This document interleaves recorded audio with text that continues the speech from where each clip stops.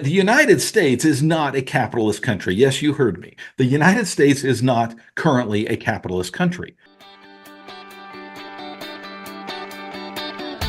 Originating from deep inside the Rocky Mountains, transported through the power of the internet, and arriving inside your tiny earbuds.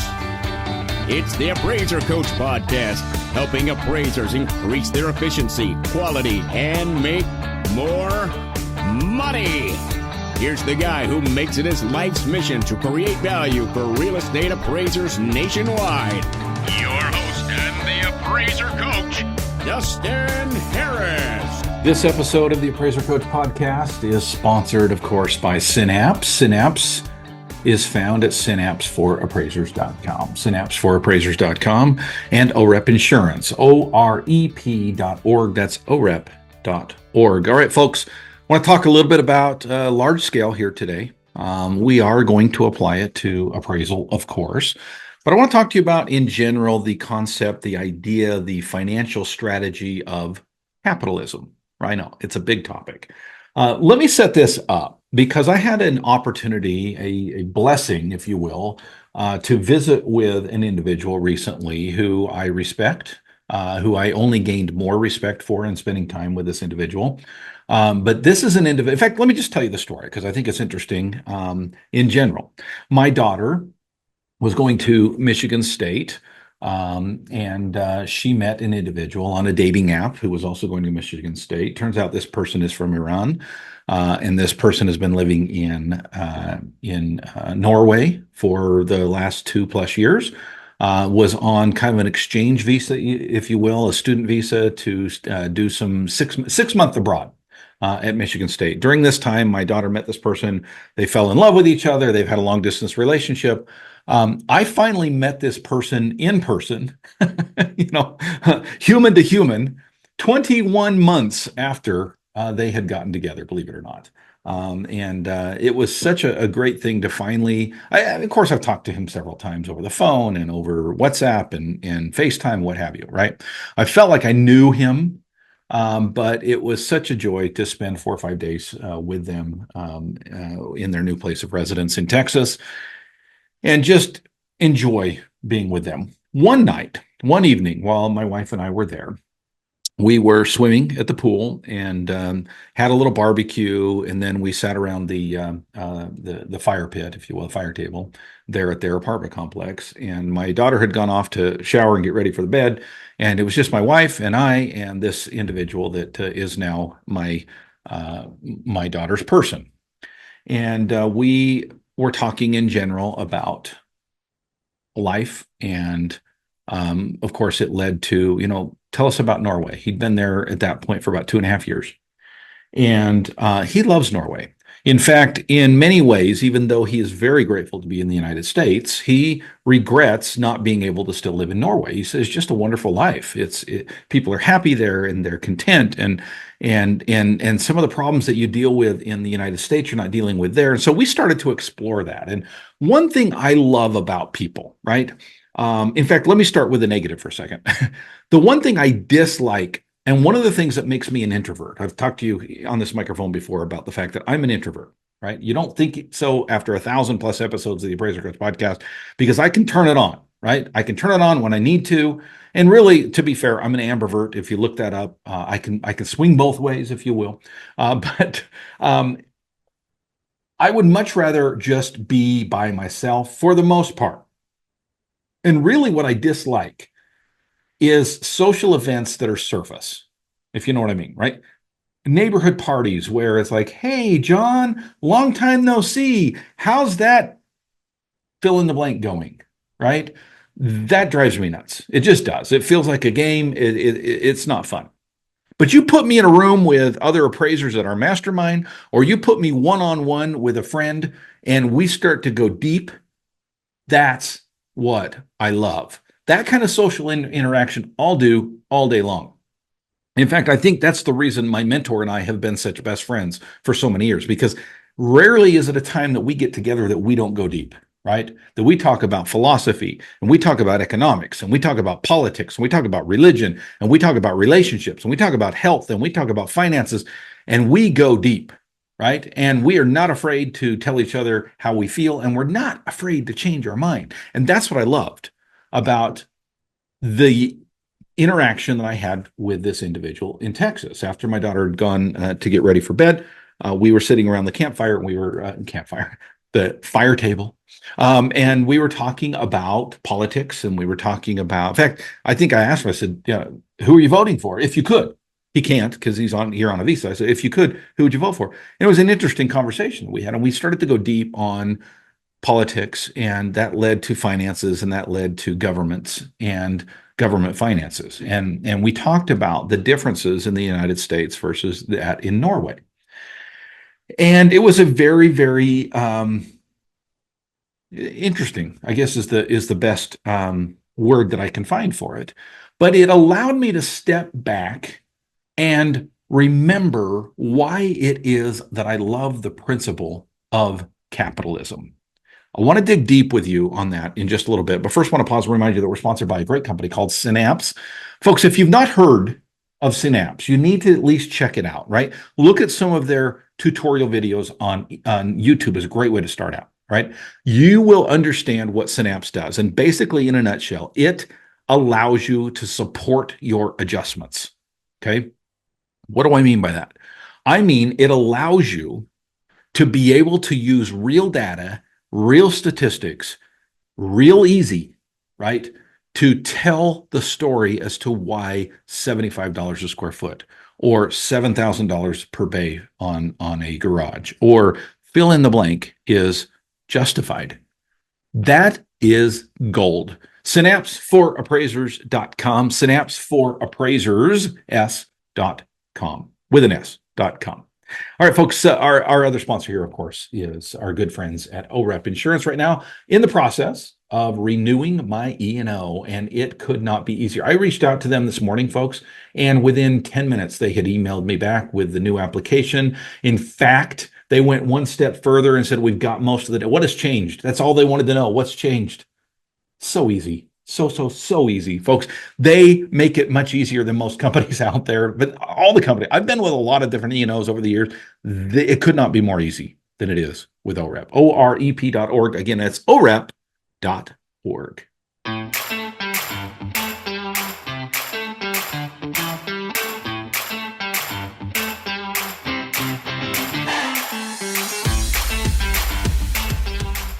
All right, folks, we are talking today about capitalism, and this stemmed from a conversation that I had with my daughter's boyfriend, who is very smart.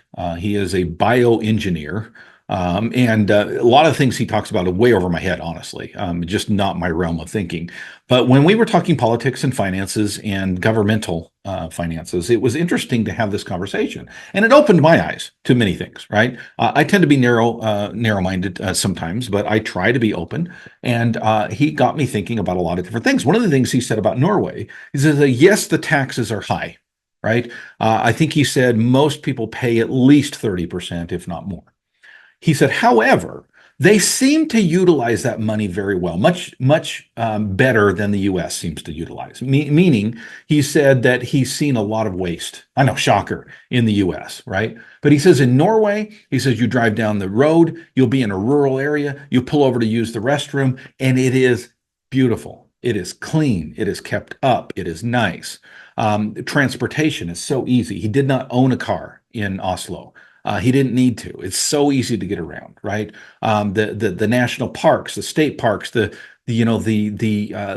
amenities, if you will, for the public are great. The healthcare, right? Now he does say that it can be a wait unless it's an emergency, it can be a wait before you can get in and see a doctor. But it's nice that that's all taken care of, and I get all of that, right? On principle, right? We may be on different pages, but on reality, he opened my eyes to a lot of things. But I want today to just spend a couple of minutes talking to you about why I love capitalism, okay? And this conversation with him really cemented that for me. Not that it wasn't already. And by the way, let me just start and say to you, I am under no illusion that capitalism is perfect. It is not. There are problems. There are, and the biggest, and by the way, May I also say that the United States is not a capitalist country. Yes, you heard me. The United States is not currently a capitalist country. We do not live the principles of capitalism. With the feds and inflation and printing money and taxation and rules and regulations and everything, we are far from a capitalist society. Okay. Now, we still represent one of the most capitalistic governments out there, the most capitalistic countries out there, but we are in no way living the true philosophy and spirit of capitalism. Okay. Now, that being said, right, if I may just spend a couple of minutes and talk to you about motivation. One of the things that this individual told me, and I think this was sincere, is he said, one thing I find in Norway is people are less motivated. Okay. He said they're happy, right? But they're less motivated than others. And again, I think this is a broad brush, and he admitted that as well. He's not saying this is not all people, but he said if you want to be an entrepreneur, if you want to be a business owner, Norway is not the place for you. There's not a lot of incentive to get ahead. The idea in Norway is more socialistic, not completely socialism, but the idea is equalism, right? That there's not the middle class, the lower class, the higher class, that it's all pretty streamlined. And he said, most people make about the same amount. Now, there's exceptions, right? Again, these are broad brushes, but a lot of people make the same amount of money, and that's fine. That's okay. Again, it opened my eyes to, maybe I need to rethink this, right? If you look at the studies, people are pretty darn happy in Norway, okay? But I said to him at one point, I said, I don't know that that would be a place for me because I'm a serial entrepreneur. I'm a business owner. I am motivated by success. I'm motivated by money. I'm motivated by return on my investment. And he said, yeah, he says, honestly, after being there for 2.5 years, I can see that. I don't think that that is the place for a serial entrepreneur. I don't think, and one of the things he said, this was not from me, this was from him, although I do agree. He said, if you look at the crazy advances in society, okay, in general, you could probably point to a few exceptions, but nobody thinks Norway. That's the place that is promoting all of these incredible advancements in our world, right? And it's true, right? I mean, the United States leads the world in space exploration and AI and technology. In fact, he lives and works in the medical community in Houston, which happens to be the biggest medical community in the world, right? The biggest medical district in the world is right there in Houston. In fact, he works for the biggest cancer research company in the world. So he's plugged into this idea of success and understanding success, right? But capitalism to me represents a motivation. It represents the idea that you can succeed, that there is a pathway from where you are to where you need to be. Now, that is not for everybody. Okay. In fact, one of the things that he and I talked about that evening was that I've got different kids with different motivations. And the girl, my one girl that he's dating, right? Seriously, I should say, is not motivated by that. She is a social worker. She wants to help the world. She has almost zero motivation to open up her own practice and be a business owner. And that's okay. I've got another boy who is very similar in that sense. He's the one running my farm up in Montana. And he has a ton of skills and powerful talent that he brings to the table, but running his own business is not really been a motivation for him. I've got two other boys that's all they think about, right? Is entrepreneurialism, opening up a business, being successful in business, that kind of thing. Okay. So what is my point? Get to the point, Dustin. The point is this, folks. First of all, I love talking to people with different point of views. I love the idea that I can be open to new things. Okay. That's number one. Number two, the idea of capitalism, the idea that there is a pathway for success. And despite the fact that we do not live in a capitalistic society, I firmly believe that this is the best country in the world if you want to develop, grow, and succeed in business. And yes, appraisers, that means you. I work with a number of different appraisers in a number of different situations. And sometimes they come to me and say, Dustin, I don't want $1 million company. I want what I want. And that is, I want to work 5 days a week, and I want to be off at 5 o'clock and be with my family in the evenings and take a couple of vacations a year. And that's me. That's what I want to do.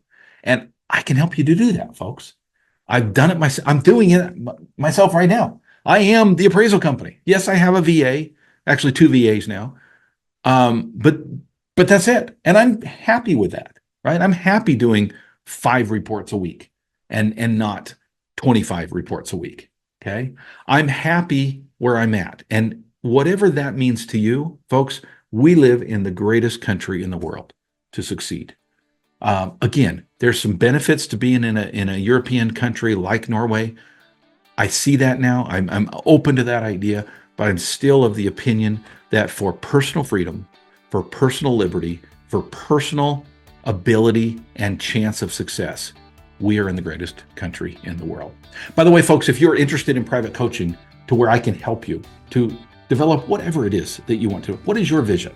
Do you want to be a solopreneur? Do you want to run $1 million company? I can help you with all of that. Been there, done it. Would love to help you. Thank you for joining me today, folks, and go create some value. You've been listening to the Appraiser Coach podcast with Dustin Harris. If you like what you hear, please give us a 5-star rating and post a short review on iTunes. For more in-depth insider information on how you can make more money as a real estate appraiser, visit theappraisercoach.com and sign up for the All-Star team today. Thanks for joining us. And now, get out there and create some value.